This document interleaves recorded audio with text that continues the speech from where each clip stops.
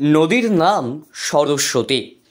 ত্রিবেণীতে হুগলি নদী থেকে উৎপত্তি।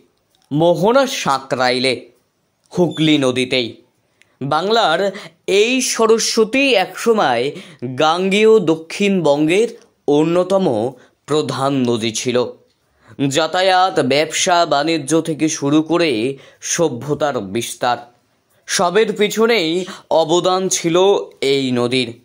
এমনকি পর্তুগিজরাও সপ্তগ্রামে প্রথম এসেছিল সরস্বতীর পথ ধরেই।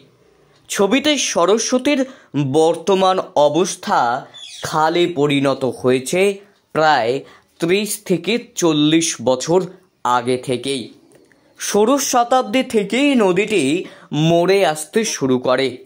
2-1 শতাব্দীর মধ্যেই হারিয়ে ফেলে গুরুত্ব, পতন হয় সপ্তগ্রামেরও। আজ নদীটির চারপাশে ঘন জনবসতি, জায়গায় জায়গায় পানা, স্রোত নেই বললেই চলে। দীর্ঘশ্বাস জাগে দেখে। অতীতে কয়েকবার সংস্কার করা হলেও বিশেষ লাভ হয়নি, ভবিষ্যতেও হবে বলে মনে হয় না।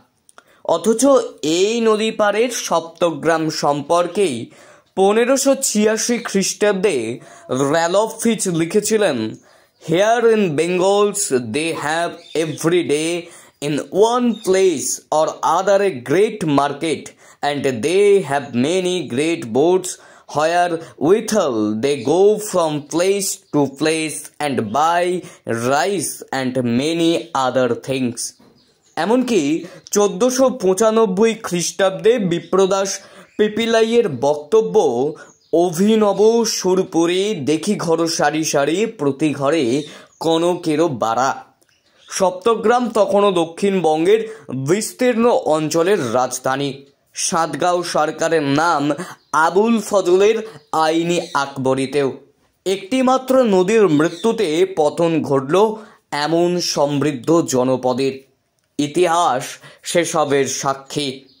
ডোমজুর থেকে নিজস্ব সংবাদদাতার রিপোর্ট, জেবিপি নিউজ, জগৎ বল্লভ।